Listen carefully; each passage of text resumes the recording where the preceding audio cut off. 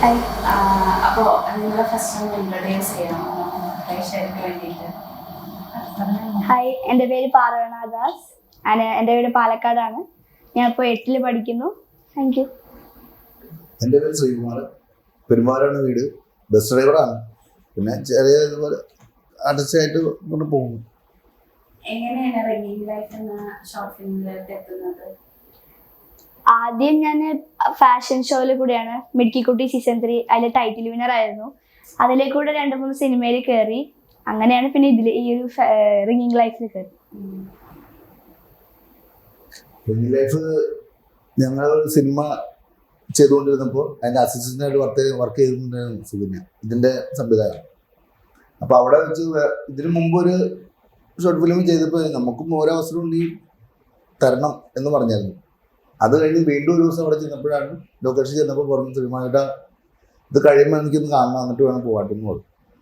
അപ്പോൾ ഈ ഇതിൻ്റെ ഒരു കഥ പറഞ്ഞു കഴിഞ്ഞപ്പോൾ ഇങ്ങനെ രണ്ട് അച്ഛന്മാരുടെ ഒരു ഇതാണ്. അപ്പോൾ ആ വേഷത്തിൽ എനിക്കിങ്ങനെ അച്ഛൻ്റെ വേഷം എനിക്ക് തന്നാൽ നിന്ന് പറഞ്ഞു. അപ്പോൾ എനിക്കറിയാമായിരുന്നു ചേട്ടന് അത് തരാൻ വേണ്ടിയാണ് ഇരുന്നത്. അപ്പോൾ അങ്ങനെയാണ് ആ വേഷം കിട്ടിയത്. എനിക്കതിന് ആ വേഷം ചെയ്തതിന് എനിക്ക് ഭയങ്കര ഒരു അഭിമാനമുണ്ട്. നല്ലൊരു മോളും ഒരു കുടുംബവും. ഞങ്ങളാ അത്രയും ദിവസം അതിനകത്ത് അഭിനയിക്കുകയല്ലായിരുന്നു, ഒരു കുടുംബം ഞങ്ങളവിടെ ജീവിക്കുകയായിരുന്നു. സത്യം, ഒരു കുടുംബമായിട്ട് തന്നെ ജീവിച്ചു. അപ്പൊ നിങ്ങൾ മൂന്നുപേരും ഒരു ഫാമിലിയാണ്, അച്ഛൻ, അമ്മ, ഞങ്ങളുടെ കുഞ്ഞാര മോള്. അപ്പൊ നിങ്ങൾ ക്യാരക്ടേഴ്സിനെ പറ്റി കൂടുതൽ പറയാം. എങ്ങനെയാണ് ഈ റിംഗിങ് ലൈഫിലൂടെ നിങ്ങൾ എത്തുന്നത് എന്നുള്ളത്? ഈ ഫോണ് ഉപയോഗിച്ച് ചതിക്കുഴിയാണ്. അത് നല്ലതായിട്ടും ചീത്തയായിട്ടും ഉപയോഗിക്കാൻ പറ്റും.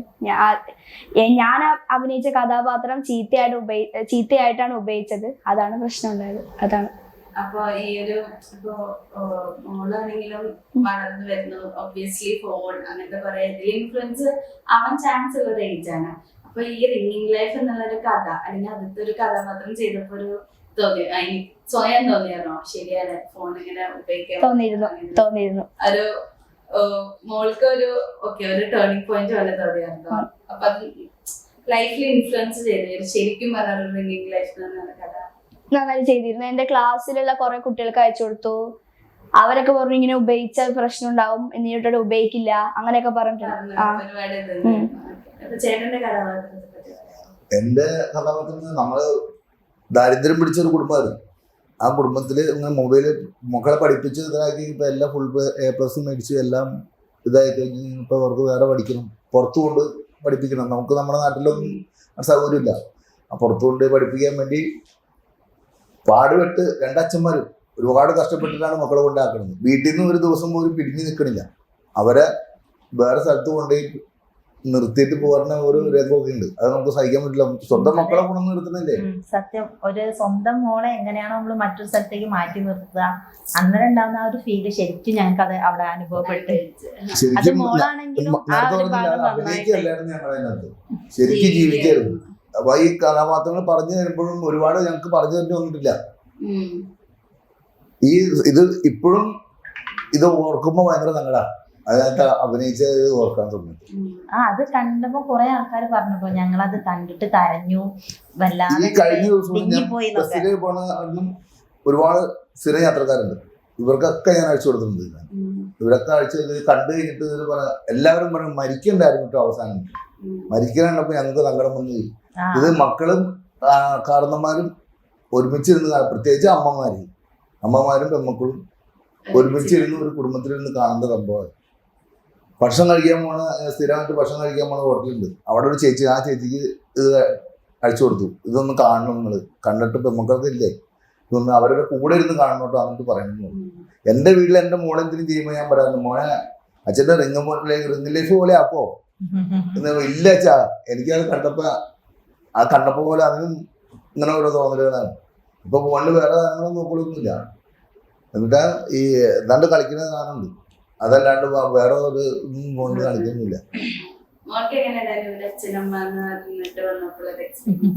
കുടുംബമായിരുന്നു. അതാണ്, ആ കുടുംബമായിരുന്നു. ഇതെന്റെ ഫേക്ക് അമ്മയായിരുന്നു, ഫേക്ക് അച്ഛനും അങ്ങനെയായിരുന്നു.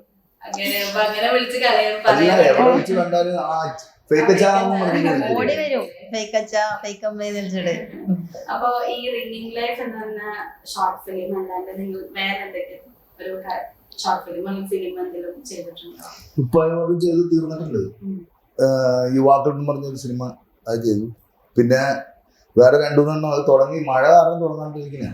പിന്നെ ഒരു വെബ് സീരിയൽ ഉണ്ടായിരുന്നു, അതിനകത്ത് വില്ലൻ വേഷമായിരുന്നു. പിന്നെ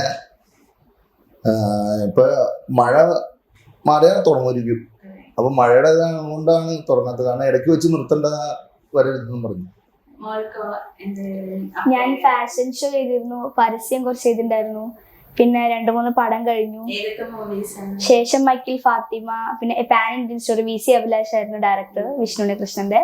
പിന്നെ ഇനിയും അതില് നായികീന്റെ ചെറിയ മകളായിട്ടാണ്. പിന്നെ ബ്ലാക്ക് ഡിസംബർ അതിൽ മെയിൻ കഥാപാത്രമായിരുന്നു. അപ്പൊ അപ്കമിങ് ആയിട്ട് കുറെ വരാനുണ്ട്. എങ്ങനെ നിങ്ങൾക്ക് ഏറ്റവും വലിയ ആഗ്രഹം സിനിമയിൽ എത്തണം എന്നായിരുന്നു? ആയിരുന്നു. സിനിമയിൽ എത്തണം എന്ന് ആഗ്രഹമൊന്നും ഉണ്ടായിരുന്നില്ല. ഇപ്പൊ ഇതൊക്കെ ഓരോന്ന് ചെയ്ത് കഴിഞ്ഞപ്പോ ആഗ്രഹമുണ്ട്. ഞാൻ എന്നെ ഒരുപാട് പേര് കളിയാക്കിയിട്ടുണ്ട്, ഈ പണി കളഞ്ഞിട്ട് ഈ പണിക്ക് പോകണമെന്നും പറഞ്ഞു. ഇനി അങ്ങനെ പോയി കഴിഞ്ഞാൽ വണ്ടിയിൽ വേറെ ആളെ നോക്കേണ്ടി വരും, എന്നൊന്നും ആളെ അന്വേഷിച്ച് നടക്കാൻ പറ്റില്ല എന്നൊക്കെ പറഞ്ഞു. ഞാൻ പറഞ്ഞു വേറെ ആളെ ഓടിപ്പിക്കണി ഓടിപ്പിച്ചോ, എനിക്ക് അതിന് ബുദ്ധിമുട്ടില്ല, പക്ഷെ ഇങ്ങനെ ഒരു അവസരം കിട്ടി ഞാൻ പോകും. അതിപ്പോ എനിക്ക് എൻ്റെ ഒരു എവിടെ എന്തെങ്കിലും രക്ഷപ്പെടുന്ന എൻ്റെ മനസ്സിലൊരു ആഗ്രഹം ഇതുണ്ട്. ഞാൻ അതുകൊണ്ട് നിങ്ങളുടെ വണ്ടിയിൽ വേറെ ആളെ ഏൽപ്പിച്ചാലും ഞാൻ പോകുന്നു. വണ്ടി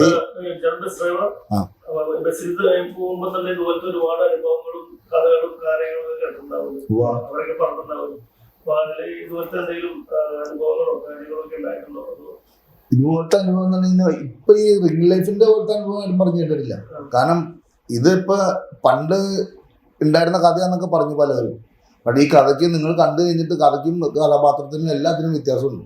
പണ്ടുണ്ടായത് മൊബൈലൊന്നും ഇല്ല, അല്ലാണ്ട് പെൺമക്കൾ അങ്ങനെ ഇങ്ങനെ പോയി എന്നൊക്കെ ഉള്ള ഇത് മാത്രമേ ഉള്ളൂ. ഇതെന്ന് പറഞ്ഞിട്ടുണ്ടെങ്കിൽ ഒരു ഫോൺ യൂസ് ചെയ്തിട്ടുണ്ടെങ്കിൽ അത് ഉപയോഗിക്കുന്ന 2 രീതിയിലുള്ള സംഭവം കാണിച്ചത്. മൊബൈലാണ് ഇപ്പൊ എല്ലാവരും ലോകത്തിന് എനിക്ക് വരുമ്പോൾ ഇതാണ് പിടിച്ചിട്ടാണ്. അത് നല്ലതിനുമാണ്. നല്ല രീതി എന്ന് ഉദ്ദേശിച്ചത് നമ്മൾ അനാവശ്യമായിട്ടുള്ള ഒന്നുമില്ല, നമുക്ക് അത്യാവശ്യം വേണ്ട കാര്യങ്ങൾ അറിയാനും ഇതിപ്പോ ഉള്ള സംഭവമാണ് ഇത് മൊബൈല്. എല്ലാം പുതിയ പുതിയ കാര്യങ്ങളാണല്ലോ വരുന്നത്. എല്ലാ ആൾക്കാരായാലും പുതിയ പുതിയ കാര്യങ്ങളിലേക്ക് പോകും. പ്രത്യേകിച്ച് കുട്ടികളായി കഴിയുമ്പോൾ പുതിയ അപ്ഡേഷൻ ആവും. അതായത് പുതിയത് എന്താണെന്ന് നോക്കുന്നതായിരിക്കും. അതിൽ നിന്ന് പോകുമ്പോൾ റോങ് ഇൻഫർമേഷൻ കിട്ടാത്തത്, അതായത് റോങ് ഇൻഫർമേഷൻ കിട്ടുന്നത് അത് ഫ്രണ്ട്സിൽ നിന്നാണോ എന്ന് തോന്നിയിരുന്നു. അതായത് നമുക്ക് നെഗറ്റീവ് വീട്ടിലെ പ്രശ്നങ്ങളാണ് കുടുംബത്തിൽ. അവര് ഒരു ഫോൺ ഉപയോഗിച്ച് മാറുന്നതിന്റെ എന്റർടൈൻമെന്റ് അവരുടെ സമയങ്ങളായിരുന്നു. അതുപോലെ ഫ്രണ്ട്സ് ഉണ്ടാവും, അവരിൽ നിന്നും കിട്ടുന്നത് എവിടെ നിന്നാണ് കുട്ടികളെ വഴുതി പോകുന്നത്? അല്ല, ഇത് ഫോണിലും ചിലപ്പോ പുതിയ പുതിയ ആപ്പുകളും കാര്യങ്ങളൊക്കെ വരുമ്പോ ചിലപ്പോ ചെക്ക് ചെയ്ത് ചിലപ്പോ ഒരു ഹരായിട്ട് തോന്നിയിട്ടുണ്ടാവും. പിന്നെ അത് മറ്റുള്ള കൂട്ടുകാരോട് കൂടി അങ്ങനെ എന്നെ പോലെ കാര്യമുണ്ട് അല്ലെങ്കിൽ എന്നെ പോലെ കാര്യമുണ്ടേ എന്ന് പറഞ്ഞിട്ട് ചിലപ്പോ അവരും ആ രീതിയിൽ നോക്കി കണ്ട് അങ്ങനെ ആയിപ്പോവും. ഇതില് 2 മക്കളുണ്ട്.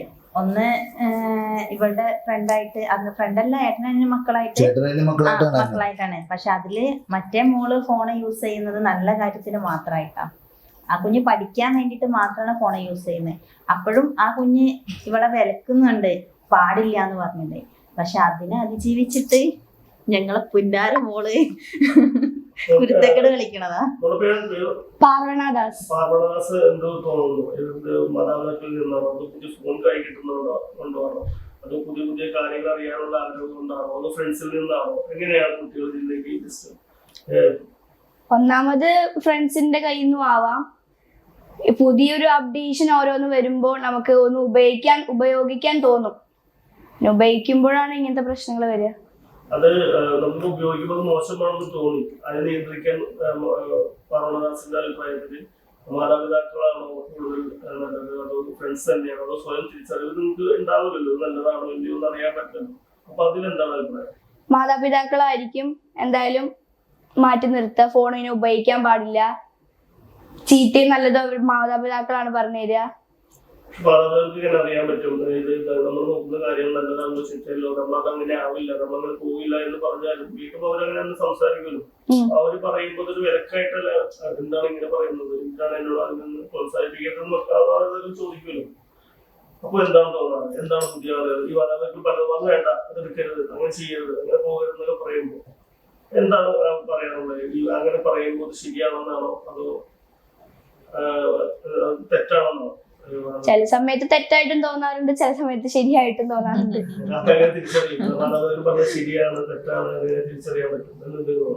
റിംഗിങ് ലൈഫ് കണ്ടു കഴിഞ്ഞാൽ അതില് മനസ്സിലാവും അതിലെ നല്ലതേതാ ചീത്തയേതാന്ന്. കാണാത്തവര് കാണാം, എന്നാലേ മനസ്സിലാവുള്ളൂ. അതൊരു ശരിക്കും മോളെ ജീവിതം എന്താന്നുള്ളത് ശരിക്കും അതിൽ ശരിക്കും കാണിക്കുന്നുണ്ട്. നല്ലതിന്റെ ചീത്തത്തിന്റെ വശങ്ങള്. ഉണ്ട്, ആവശ്യത്തിന് ദേഷ്യം വരാറുണ്ട് ചില സമയത്ത്. ഫോണിൽ ഇങ്ങനെ അഡിക്റ്റ് ആയി എനിക്ക് ഇഷ്ടമില്ലാത്ത കാര്യങ്ങൾ പറയുമ്പോഴാണ് ദേഷ്യം വരുന്നത്. ആണ്.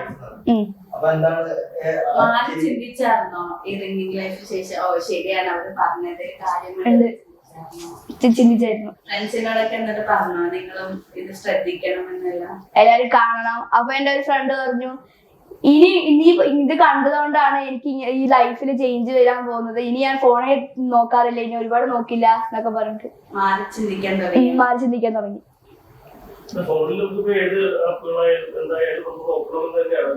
അപ്പൊ അങ്ങനെ നിൽക്കുന്ന സമയത്ത് ഫ്രണ്ട്സ് പറയാൻ പുതിയ വന്നിട്ടുണ്ടായിരുന്നു. അത് പറയുമ്പോഴും അത് ശരിയാണോ തെറ്റോ അങ്ങനെ തിരിച്ചറിയും. എന്നിട്ട് നമ്മള് അത് കൂട്ടുകാർക്ക് കൊടുക്കാൻ ഉപദേശം ഉണ്ടായിരുന്നു.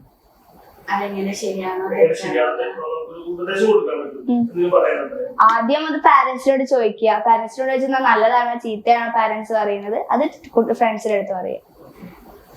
അപ്പോ റിംഗിങ് ലൈഫ് റിലീസ് ആയിരിക്കാണ്, എന്താണ് ഓഡിയൻസിനോട് നിങ്ങൾക്ക് പറയാനുള്ളത്? ഓഡിയൻസിനോട് പ്രത്യേകിച്ചൊന്നല്ല, അവര് ഉറപ്പായിട്ടും ഈ ഒരു റിംഗ് ലൈഫ് കാണേണ്ടതാണ്. അത് മക്കളെ കൂടെ ഇരുത്തിയിട്ട് തന്നെ കുടുംബമായിട്ട് ഇരുന്ന് കാണാൻ പറ്റുമെങ്കിൽ അത്രയും നല്ലത്. കാണാത്തവരുണ്ടെങ്കിൽ എത്രയും പെട്ടെന്ന്. പിന്നെ പറഞ്ഞത് ഈ ഫോൺ ഉപയോഗിക്കുന്നതെന്ന് പറയുന്നത് ഫ്രണ്ട്ഷിപ്പിന്റെ ചോദിച്ചു. ഫ്രണ്ട്ഷിപ്പിലും വരുന്നുണ്ട് കുറെ ചീത്ത ഭാഗങ്ങള്. കാരണം അതിലേക്ക് കൂടുതലായിട്ട് ഇറക്കി വിടുന്നത് ഫ്രണ്ട്സുകൾ തന്നെയാണ്. കാരണം വീട്ടുകാരെ വരെ മറച്ചു വെച്ചിട്ട് ഫ്രണ്ട്സുകൾ തമ്മിൽ മാത്രം ഉള്ള രഹസ്യ കാര്യങ്ങൾ വെച്ചിട്ട് അങ്ങനെയാണ് മക്കൾ കൂടുതലായിട്ടും പോണത്. ഫ്രണ്ട്സ് എന്ന് പറയുന്നത് ഇതേപോലത്തെ വേറൊരു അമ്മയുടെ അപ്പൻ്റെ പോലെ അവർക്ക് തമ്മിലാണ് ശരിക്കും അത് പിള്ളേരുടെ ഒരു മിസ്അണ്ടർസ്റ്റാൻഡിംഗ് ആയിട്ടായിരിക്കും വരുന്നത്. അപ്പൊ അവരുടെ അപ്പനമ്മയോട് ചോദിച്ചാൽ മതിയാവും അപ്പനോട് അവരോട് ചോദിക്കില്ലല്ലോ.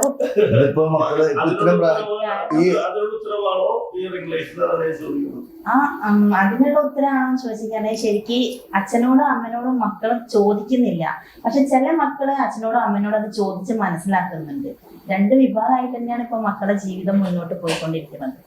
നമ്മളിപ്പോ സാധാരണയായിട്ട് മലയാളികൾ പറയാറ് എപ്പോഴും കൂട്ടുകാരൻ ചീത്തയാക്കി കൂട്ടുകാരൻ മാതാപിതാക്കൾ ചീത്തയാക്കി ചോദിക്കുമ്പോൾ അവർ പറയും അതൊരു കൂട്ടുകെട്ടാണ് പ്രശ്നം എന്നാണ് പറയുന്നത്. അപ്പോ ഈ ഷോർട്ട് ഫിലിം എന്നുള്ളത് ശരിക്കും മാതാപിതാക്കളൊപ്പിട്ട് കാണുന്നതാണ് പറഞ്ഞത്. അപ്പൊ അതിനെ കുറിച്ച് പറയുമ്പോൾ എന്തെങ്കിലും നമ്മൾ കാണുമ്പോൾ മാതാപിതാക്കൾ പറയുന്നത് ശരിയോ തെറ്റോ തീരുമാനത്തോട് ഉണ്ടാവും. അങ്ങനെയാണോ ഷോർട്ട് ഫിലിം? അത് തന്നെയാണ് സത്യം. കാരണം മക്കള് ചീത്തായി പോകുന്നതിൽ കുറെ ഭാഗം മാതാപിതാക്കൾക്കും ഉണ്ട്. നമ്മൾ പറഞ്ഞു കൊടുത്തത് ശരിയാണോ അല്ലേന്ന് മക്കൾക്ക് തിരിച്ചറിയാവുന്ന ഒരു സീരിയൽ തന്നെയാണ്. ഇതാ അച്ഛൻ മോക്ക് ഫോണിന് വേണ്ടിട്ട് ബ്ലഡ് വരെ കൊടുത്ത് ഫോണ് വാങ്ങിച്ചു കൊടുത്ത അച്ഛനാ. ബ്ലഡ് കൊടുക്കുന്ന പറഞ്ഞ വലിയ കാര്യമുള്ളതൊന്നല്ല, പക്ഷെ ലക്ഷത്തിൽ ഒരാൾക്കുള്ള ഗ്രൂപ്പാണ്. 1 ലക്ഷത്തിൽ ഒരാൾക്കുള്ള ഗ്രൂപ്പാണ്. അപ്പൊ ആ ടീമിനോട് ആകെ ആവശ്യപ്പെടുന്നത് എന്റെ മോക്കൊരു ഫോണ് വേണം. കാരണം അപ്പോഴും മോളെ സന്തോഷത്തിന് പ്രാധാന്യം കൊടുക്കുക. അപ്പോഴും മോളിങ്ങനെ ചീത്ത രീതിയിലേക്ക് പോകുന്നുള്ളത് അച്ഛനായാലും അമ്മയായാലും ചിന്തിക്കുന്നില്ല. മക്കളെ സന്തോഷം മറ്റേ മോള് പറയണേ അച്ഛൻ്റെ അടുത്തൊക്കെ പൈസ ഇല്ലാത്തോണ്ടല്ലേ നമുക്ക്. അപ്പൊ സാധാ ഫോൺ ഒരെണ്ണമുണ്ട്, രണ്ടുപേരും കൂടി ഉപയോഗിക്കണം, സാധാ കീപ്പാട് ഫോൺ. അപ്പൊ ഈ യൂട്യൂബും മഴക്കുള്ള ഫോൺ വേണമെന്ന് പറഞ്ഞുകൊണ്ട് വിളിക്കുമ്പോൾ അച്ഛനോട് ഇപ്പൊ പറയണ്ടായിരുന്നു, പണിയില്ലാണ്ടല്ലേ. അതല്ല, എൻ്റെ അച്ഛനോട് ഞാൻ പറഞ്ഞത് എനിക്കെന്നും മേടിച്ചു തരും. എന്റെ അങ്ങനെ അച്ഛൻ മരിച്ചു വളർത്തിയതായിരുന്നു മോളെ. ആ മോളാണ് അവസാനം അച്ഛനും അമ്മയും രണ്ടുപേരും ഇല്ലാണ്ടാവും. മോക്ക് നല്ലത് കിട്ടിയോ, മോക്കടെ റിലേ പോയി മോളും പോകും. മോളും മോൾക്ക് ഇപ്പൊ എന്താ പറയാനുള്ളത്?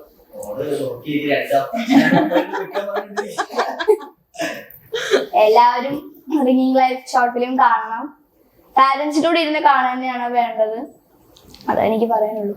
ഇനിയും കുറെ ആൾക്കാർ കാണാത്ത ആൾക്കാരുണ്ട്. ആ ആൾക്കാര് ഞങ്ങളെ YouTube channel Sukanya KV ringing life അടിച്ചാലും മതി. അപ്പൊ അത് കണ്ടിട്ട് എല്ലാരും അഭിപ്രായം പറയാ, മക്കൾക്ക് പറഞ്ഞ് മനസ്സിലാക്കി കൊടുക്കുക. ഇനി ഇതുപോലൊരു കുടുംബം അനാഥായി പോരുത്.